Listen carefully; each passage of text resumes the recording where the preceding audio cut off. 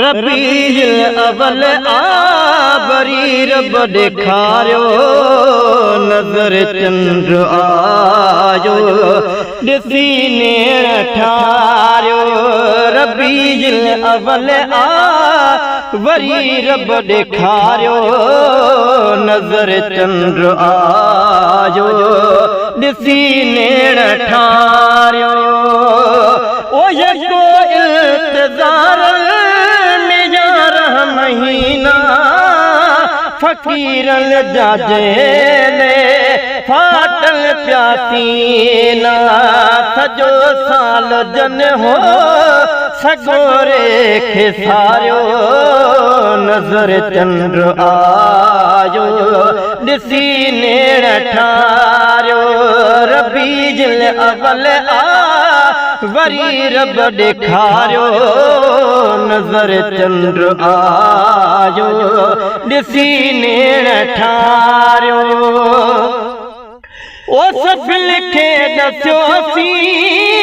त सो चंद्र ॾिठो अदा जंहिंमें आयो मोहम्मद मिठो सफ़ लिखे दसियोसी त सो चंद्र ॾिठो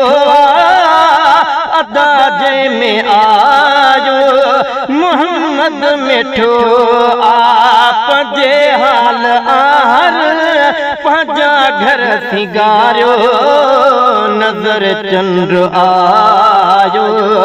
ॾिसी नेण ठारियो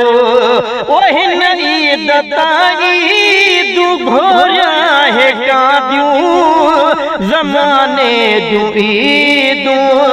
इन्हीअ ईद आदियूं हिन ईद ताईं घोरिया है कादियूं ज़माने जूं ईदूं इन्हीअ ईद आदियूं इन्हीअ ईद ॿारण कनी कान ॿारियो नज़र चंद्र आयो ॾिसी नेण ठारियो रबीउल अव्वल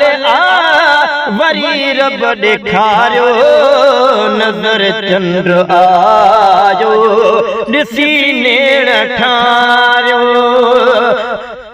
ओ खुशी मोल जेले कॾ बिन कबिया असांजो मोहम्मद हयात नबी अल्लाह आशिक़न खे सबक सेखारियो नज़र चंद्र आयो ॾिसी नेण ठारियो कपूर हरदम हुंदी जा हयाती असां वाट हक जी सही सुञाती रुगी मोमिनन खे महना ॾेई न मारियो नज़र चंद्र आयो ॾिसी नेण ठारियो ओ ॾिसां चंद्र अॻ में ईअं दिलि थे चाहियो ॾिसी पोइ महेसर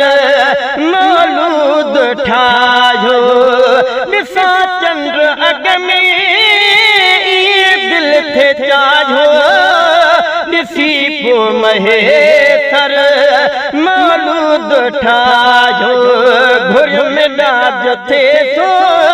ख़ुदा ॾाज ॾियारियो नज़र चंद्र आयो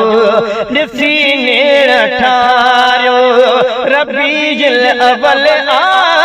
वरी रब ॾेखारियो नज़र चंद्र आयो ॾिसी नेण ठारियो।